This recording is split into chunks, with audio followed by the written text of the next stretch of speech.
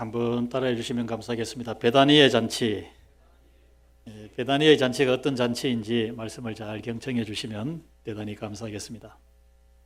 예수님께서 유월절 엿새 전에 6일 전에 베다니를 찾아가셨다 그랬어요. 여러분, 베다니는 예루살렘 한복판에 있는 감람산 기슭에 있는 조그마한 마을입니다. 이 베다니는 예수님이 신약 성경에 보면 3번 그 베다니에 가셨다, 베다니를 찾으셨다는 표현이 나오는데 사실은 3번 더 이상이 될지 모릅니다. 기록된 것만 3번인데 왜 베다니를 자주 가셨는가 하면 감람산 기슭에 예수님이 기도하시러 가셨다가 그 기슭에 있는 작은 동네인 이 베다니를 가신 것은 거기에 나사로 3남매가 살고 있었어요. 나사로 3남매, 나사로, 마르다, 마리아, 이 3남매가 예수님을 얼마나 편하게 해드렸던지 예수님 좀 쉬어가세요, 좀 음식 잡수세요 이렇게 하시면서 자기의 집에 예수님을 쉬게 여러분 그렇게 하신 것입니다. 여러분, 이 베다니는 예수님의 사역 가운데 아주 잊을 수 없는 그러한 장소인 것을 알게 됩니다. 이 예수님을 그토록 사랑했던 나사로, 또 예수님께서 자주 만나 주셨던, 사랑해 주셨던 이 나사로가 죽었다가 나흘 만에 살아난 데가 어디라고요? 베다니거든요. 베다니. 지금도 이스라엘의 성지 순례 가시면 이 베다니에 나사로의 무덤이라 해서 그 동굴이 이렇게 사람들이 볼 수 있도록 이렇게 만들어 놓은 것이 있습니다. 예수님은 여러분 가시는 곳마다 많은 병자들, 참 고통당하는 사람들 고쳐주셨고 평안하게 해주셨어요. 그리고 참 인생의 방황 속에 끝없이 헤매이는 사람들, 인생의 바른 길을 찾도록 여러분 그렇게 진리로 하나님의 참 나라를 예수님이 잘 가르쳐 주신 것입니다. 그래서 절망 인생이 예수님 만나면 희망 인생이 되는 것입니다. 해피 인생이 되는 거예요. 그런데 그 예수님의 그 사역, 예수님의 기적 중에 가장 클라이막스는 어떤 것이냐? 죽은 나사로를 나흘 만에 다시 살리신 이 일. 여러분, 무덤에 갇혀 있다가 이 나사로가 이 온몸에 이 붕대를 이렇게 감고 이 수의를 칭칭 감은 채로 이 나사로가 나사로야 나오너라 예수님이 한마디 하시니까 나사로가 걸어 나오잖아요. 저는 이 말씀 대할 때마다 교회에서 이 나사로를 살리신 예수님 연극할 때 우리 학생들이 이 수의를 칭칭 감은 그 나사로를 이렇게 분장하기 위해서 여러분 흰 종이 롤 의지 있지 않습니까? 이거를 뭐 몇 개를 썼는지 온몸을 다 감아가지고 이렇게 그 죽은 나사로가 일어서서 나오는 그 연극이 항상 생각이 납니다. 무덤에 돌을 치우라 나사로야 나오느라 예수님의 그 말씀 앞에 죽은 지 나흘이 지나서 냄새가 나는 이 나사로가 살아서 걸어 나왔다. 주변에 있는 사람들이 얼마나 놀랐겠어요. 얼마나 큰 충격을 받았겠어요. 아마 그 주변에 있던 베다니 사람들은 그 일을 잊을 수가 없었을 것입니다. 예수님께서 그 베다니를 다시 찾아가셨다 그랬어요. 1절만 보면 예수님께서 베다니 가셨으니까 죽었다가 다시 살아난 나사로의 집을 가신 것이 아니겠는가 이렇게 생각할 수 있지만 여러분 사실은 그게 아닙니다. 마태복음 26장, 마가복음 14장에 있는 말씀을 보면 이 동일한 사건이 기록된 말씀인데요. 베다니에 살고 있는 나병 환자였던 시몬의 집에 예수님이 사실 가신 거예요. 나병 환자였다라는 말은 과거에 참 나병, 문둥병에 걸렸다가 예수님을 만나서 예수님을 통해서 나병이 치료되고 회복되고 깨끗하게 되어져서 이 새로운 삶을 살기 시작한 시몬, 그 시몬의 집에 예수님이 가신 거예요. 초대한 겁니다. 시몬이 나병을 못 고쳤다 그러면 사람을 만날 수도 없고 뭐 이렇게 일상적인 생활을 할 수가 없지요. 격리 생활을 해야 되는데 이 시몬의 집에 잔치가 열렸습니다. 이것을 베다니의 잔치라 그럽니다. 따라해 봅시다. 베다니의 잔치. 이 잔치는 감사 잔치예요. 문둥병자였던 나병 환자였던 이 시몬이 예수님 때문에 내가 고침 받았다. 새 생명 얻은 거지요. 고통 속에 동굴에 들판에 참 정상적인 생활을 하지 못하고 고통 속에 울부짖으며 지내다가 죽어야 되는 이것이 당시의 문둥병자들의 참 삶인데, 예수님 만나서 이 피부가 썩어 들어가던 이 골마 들어가던 이 모든 이 피부가 깨끗하게 어린아이처럼 고침받는 이런 사랑을 주님으로부터 받은 것입니다. 그래서 이 시몬이요, 예수님을 초대하고 예수님의 제자들 초대하고, 또 여기 보면 나사로와 동생들 마르다와 마리아, 아마 그 주변에 또 이렇게 가까운 마을 사람들이 여기에 참석했을 것입니다. 시몬이 베푼 감사잔치였어요.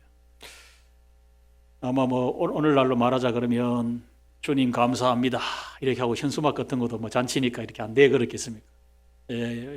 많은 음식을 준비해서 참 예수님께 대접하고 예수님을 바라보면서 기뻐하고 즐거워하고 여러분 그렇게 했을 것입니다. 이 시몬의 이 행동을 보면서 여러분 참 시몬은 이 감사를 할 줄 알고 감사를 표현할 줄 아는 사람이다. 여러분 이것을 생각하게 됩니다. 된 사람이죠. 내가 감사를 느껴도 그 감사를 잘 표현하지 못하는 사람이 있어요. 여러분 표현하는 것이 성숙입니다. 그래서 우리 기독교 문화가 들어가면 감사하다는 말이 입에 발릴 정도로 여러분 땡큐 여러분 감사를 표현하는 사람이 되어야 합니다. 대단한 용기를 가진 사람이에요. 6월절 엿새 전이었다. 6일이 지나면 예수님은 6월절에 어린 양으로서 십자가를 지십니다. 예수님의 그 고난주간이 시작되는 그때에 매우 살벌한 시기였어요. 예수님 곁에만 있어도 이 예수를 따르는 무리다 이렇게 해서 위협을 가하는 그런 때에, 잔치는 여러분 공개적으로 합니다. 사람들 다 보는 데서 합니다. 예수님을 위해서 예수님께 감사하는 잔치를 이렇게 시몬이 베풀었다. 용기가 필요했다.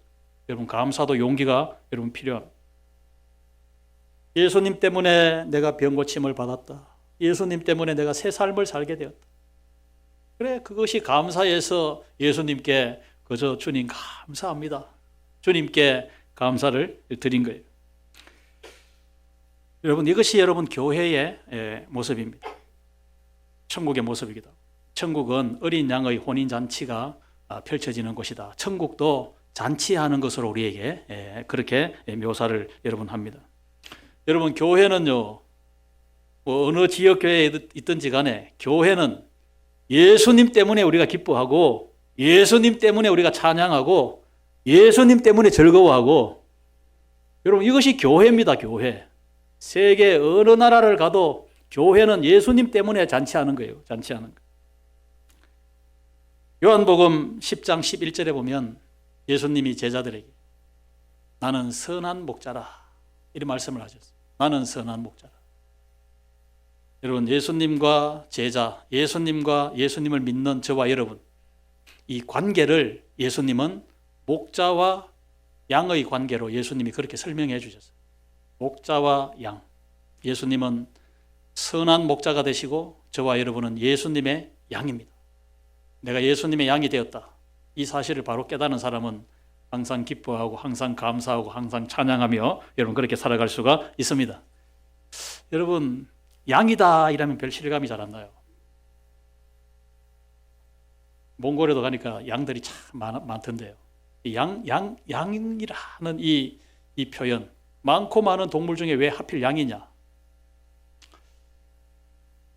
좀 자기 방어도 잘하고 날렵하고 공격도 잘하는 사자다 이렇게 하면 좀 더 우리가 좀 더 세상에서 막 힘있게 살아갈 것 같은데, 예?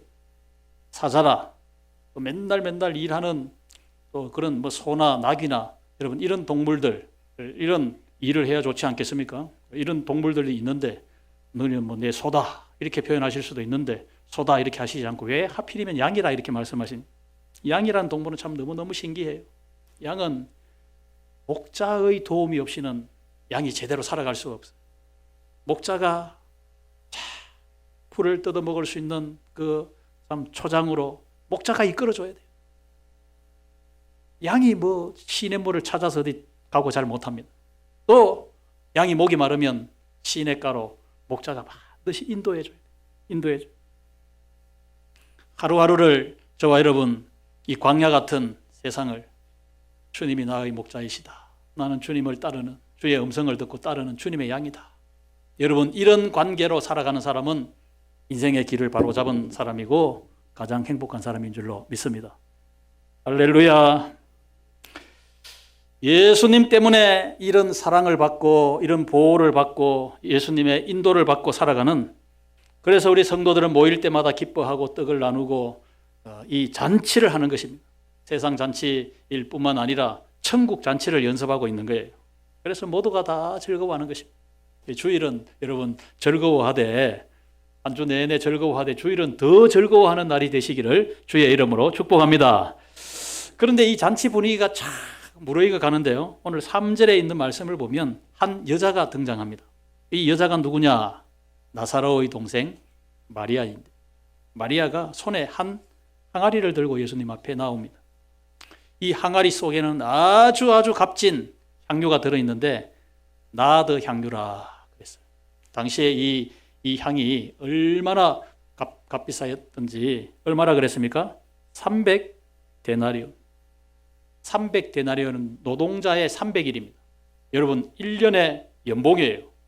1년 동안 일한 거, 임금 받은 거 하나도 안 쓰고 다 모아야 여러분 이 향유를 준비할 수가 있습니다. 이 향유를 가져오더니만 갑자기 예수님 앞에 이 항아리를 깨트려서 거기에 있는 향을 예수님 머리에 붓기 시작하는 겁니다. 예수님 머리에 붓고 발에 붓고 부었어요. 순간 이 나드 향이 얼마나 은은하고 아름다운 그 향기로운 향인데, 그 베다니 잔치하는 그 시몬의 집에 가득하게 되었고, 여러분 이 향은 저절로 옆으로 퍼지지 않습니까? 그 주변 마을에 이 나드 향의 그 향기가, 아름다운 향기가 퍼져나가게 됩니다. 그러면서 이 마리아가 아무런 말도 없이 자신의 이 소중한 이 머리털로 예수님의 발을 씻기 시작하는 거예요. 보통 일이 아니죠. 주변 사람들이 얼마나 놀랐겠습니까? 잔치를 하다가 마리아가 이렇게 갑자기 행동을 했으니까. 여러분 이 마리아의 행동을 우리 잠시 또 한 번 더 생각을 해봅시다. 참 대단한 이 여자입니다. 아무런 조건 없이 그냥 이 항아리를 깨뜨려서 예수님께 이 값비싼 향을 부었거든. 아까 우리 시몬처럼 이 마리아가 감사를 표현하고 있습니다. 감사를 표현해요. 역시 마리아 역시 지금 이때가 어떤 때인데 예수님 가까이 가면 참으로 위협을 받을 수밖에 없는 그런 때인데, 이 예수님을 향하여서 자신의 감사를 모든 사람 앞에서 표현했다. 왜 그랬겠습니까? 내 사랑하는 오빠를, 나사로 오빠를 예수님이 죽음에서 다시 살려주셨다. 그 사랑을 잊을 수가 없다는 거예요. 저와 여러분이 지금까지 살아오면서 문둥병이 고침을 받았다, 죽었다가 다시 살아났다, 여러분 이러한 극한 이런 일은 꼭 체험하지 못했다 할지라도 우리가 주님의 도우심으로 여기까지 한평생 살아오면서 여기까지 살아왔는데 참 감사하다.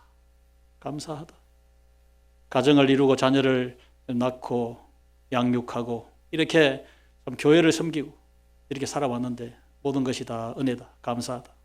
그런 마음을 가진 사람들은 많이 있습니다. 그러나 이 감사를요, 이 시몬처럼 또 마리아처럼 행동으로 잔치를 열어서 표현하는 사람은 그렇게 많지를 않습니다. 많지를 못해요.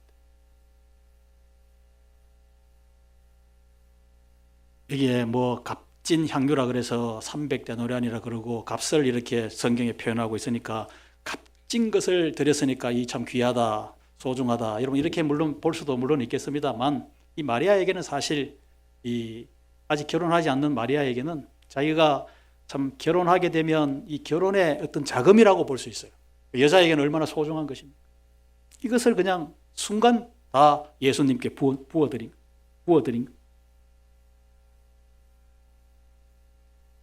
희생이지요.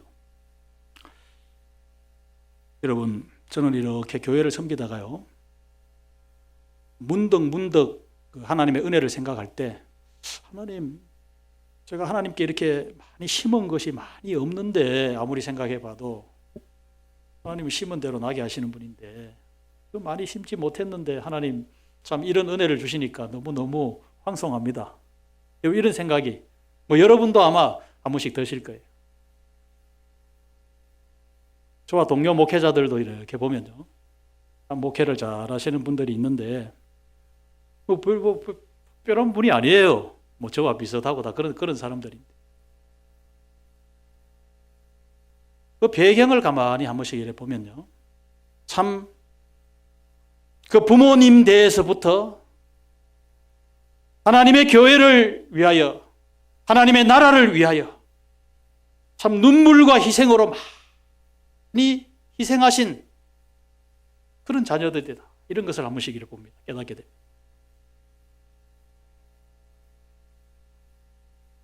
우리 베이비 붐 시대의 대표적 그 연령이라고 할 수 있는 5, 8년 개띠, 이런 유명하지 않습니까? 이제 목회자들도 이제 거의 이제 몇 년 안에 이 은퇴를 앞두고 있는 굉장히 한국 교회 좀 지각 변동이 일어나는 여러분 이런 시대입니다. 인구 급감 시대에 이제 직면해서 목회의 어떤 양상이나 방향이 많이 달라지고 있어요. 정말로 희생하면서 우리나라를 현대화 산업화 하는데 평생을 참 희생의 삶으로 가정에서나 일터에서나 그렇게 희생하고 살아온 세대들 일선에서 다 물러나고 있습니다. 교회 안의 성도들, 우리 부모님 세대들, 배가 고파도 이 자식들에게 이 등록금 줄 돈이 모자라도요, 하나님 앞에 드릴 11조 먼저 뗐습니다. 하나님의 은혜로 사는 줄 알고 감사하면서 어렵게 적금 들어가지고 통장 턱 찾을 때 되면 교회 건축 헌금합니다 이러거든요. 네? 여유 있어서 적금 든 게 아니잖아요. 피눈물 참 이 값진 그런 그 절제 희생 이런 것으로 해서 통장 하나 이렇게 찾을 때가 되니까 교회에서 건축 헌금 바쳐라 예배당 지어가지고 그거 통째로 다 바쳤어요. 그거 손대고 이래 안 하고.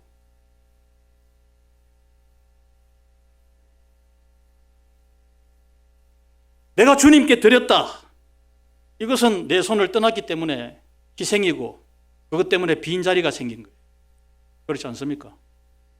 적금 들어서 통장 찾았는데 이거 가지고 내 하고 싶은 거 해야 되고 좀 아파트라도 좀 늘려보자 이렇게 해야 되고 재테크도 해야 되고 이렇게 해야 되는데 주님께 드렸으면 희생 아닙니까? 빈자리가 생긴 거예요. 그런데 중요한 것은 내가 주님 사랑 때문에 내 소중한 거 주님께 드려서 내가 희생인데 빈자리인데 하나님은 그 빈자리를 내버려 두시지 않습니다. 저는 많이 보았어요. 그 희생의 빈자리를 하나님이 채워주시는 거예요. 상상할 수 없는 그런 은혜. 느헤미야 9장에 하나님께서 그 충성됨을 보시고 하나님의 자녀들의 충성됨을 보시고 그 씨에게 복을 주신다는 약속의 말씀이 있습니다. 씨가 뭡니까? 자녀들에게. 자녀들의 삶에 내가 계산하지 못하고 내가 예측하지 못하는 그러한 하나님의 축복으로 하나님이 그 희생의 빈자리를 채워주신다. 채워주신다. 교회를 위해서 좀 헌신하십시오. 이런 소리 여러분 아무리 많이 외쳐도요. 내가 이런 체험이 없으면 여러분 그 말씀 앞에 내가 순종해야 되겠다 이런 생각을 잘 못합니다.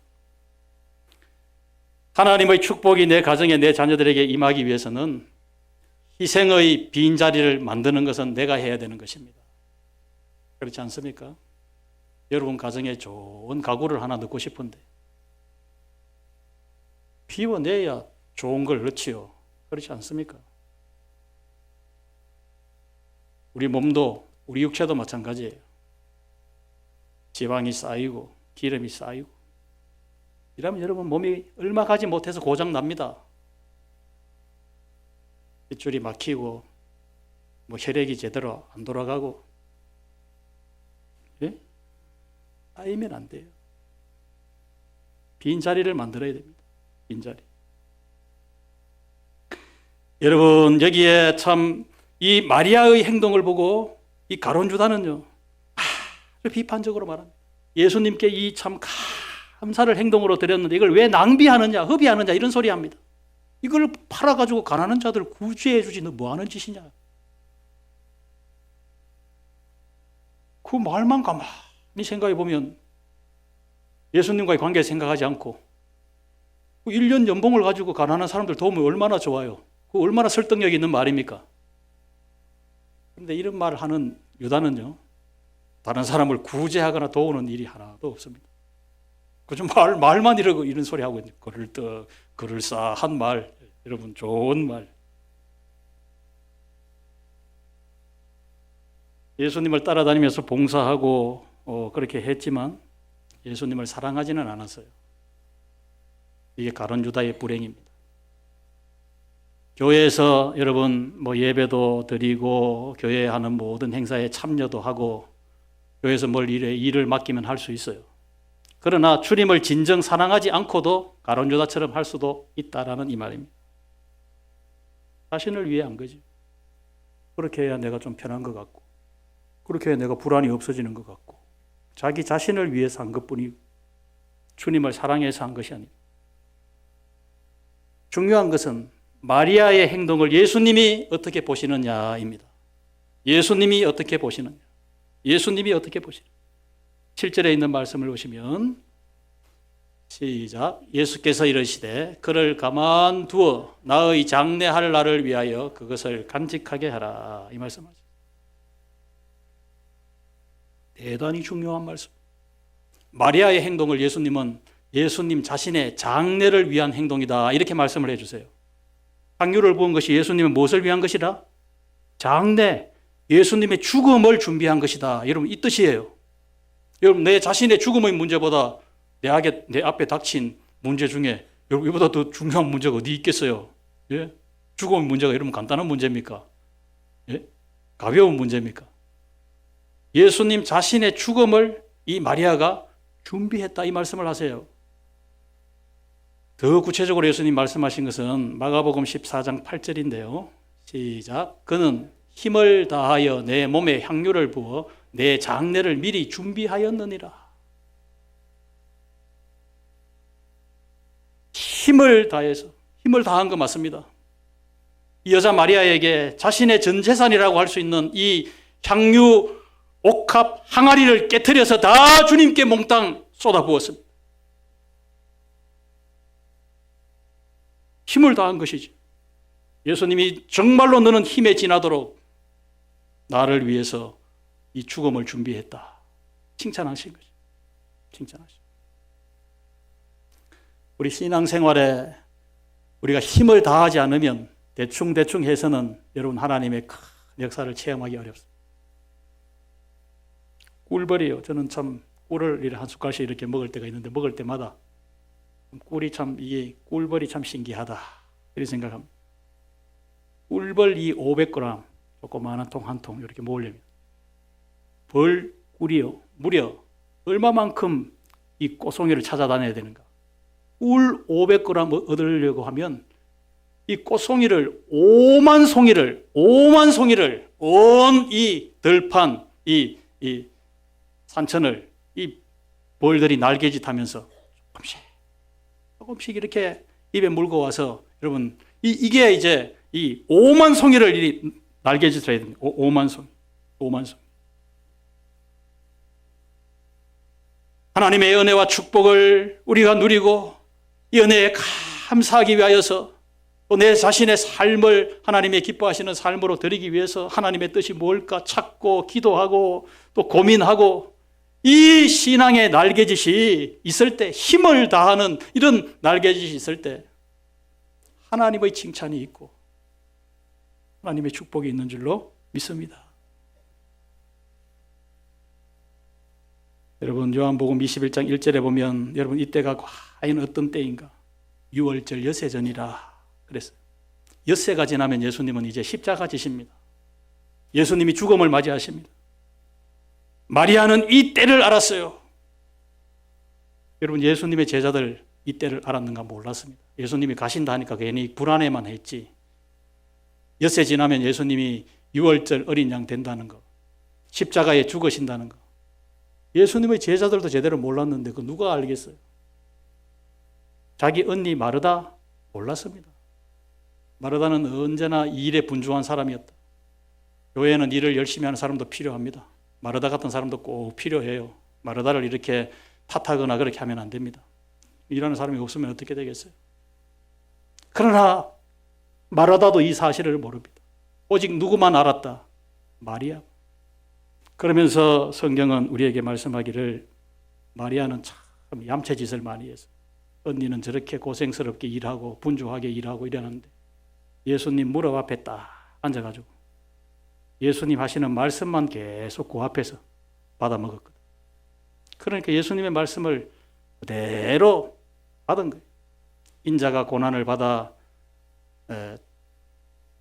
죽었다가 3일 만에 다시 살아나리라. 이런 말씀들 몇 차례나 예수님이 제자들 앞에서 하셨는데 제자들은 근성으로 들었어요.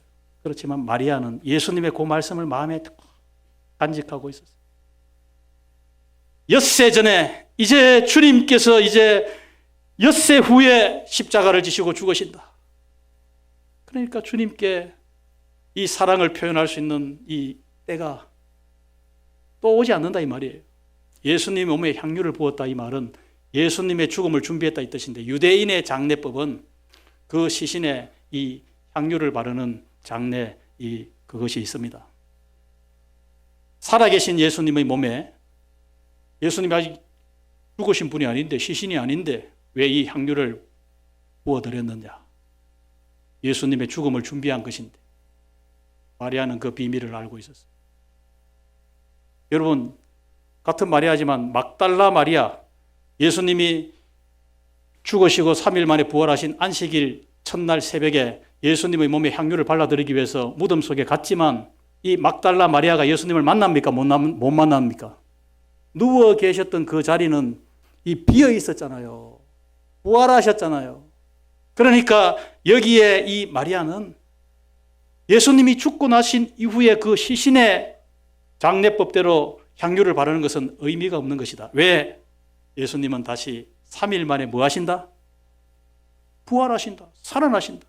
그러니 그게 예수님의 그 몸에 시신에 향유를 바를 필요가 없다는 거예요. 살아나실 분이.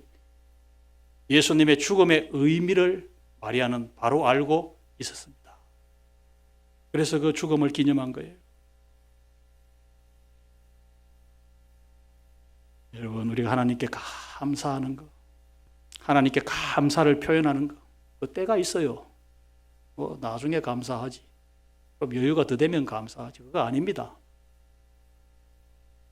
하나님의 사랑이 깨달아질 때, 하나님의 은혜가 깨달아질 때, 시몬처럼 문둥병에서 이 마리아처럼 오빠의 그 죽음의 그 절망 속에서 살아난 그 은혜, 그 사랑 지나가지 않고 잊어버리지 않고 표현했다 이 말입니다. 무엇보다도 이 베다니의 잔치는 감사의 잔치였고 참 감사를 표현한 잔치였고 또 한 가지는 예수님의 죽음의 의미를 기념한 잔치였어요. 여러분, 우리 강동교회 가을의 향연, 뭐 교회에서 일상적으로 하는 평범한 그런 교회 행사들입니다만 왜 이렇게 내 가족들을 다시 초청해라, 이웃을 초청해라 왜 합니까? 예수님의 죽음의 의미를 바로 전하기 위해서, 예수님의 죽음이 당신과 무슨 관계가 있느냐를 전하기 위해서 마리아의 심정으로 하는 거예요. 전도 행사가 아닙니다. 예수님의 죽음의 의미를 모르는 인생은 여러분 희망을 가질 수가 없습니다. 나 위에 주님이 보혈 흘리고 죽으셨다. 여기에 우리 인생에 구원이 있고 영원한 생명이 있기 때문에 마리아가 한 행동을 예수님은 복음이 전해지는 곳마다 이 마리아가 한 행동을 다 말하고 전해라. 왜? 예수님의 죽음의 의미를 전하는 것이기 때문에. 죽음의 의미를 전하는 것입니다.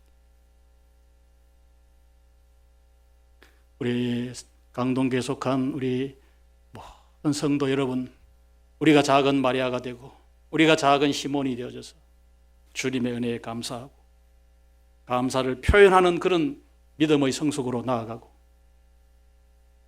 예수님의 죽음의 의미를 내 주변 사람들에게 전하며 살아갈 때 우리 강동교회를 통하여서 배단위 잔치집에 나드 향, 그 아름다운 향이 은은하게 널리 퍼졌던 것처럼 우리 강동교회를 통하여서 주님의 예수 향기가 퍼져나가는 그런 참 풍성한 올해 가을이 되어지시기를 주의 이름으로 축복합니다. 아멘.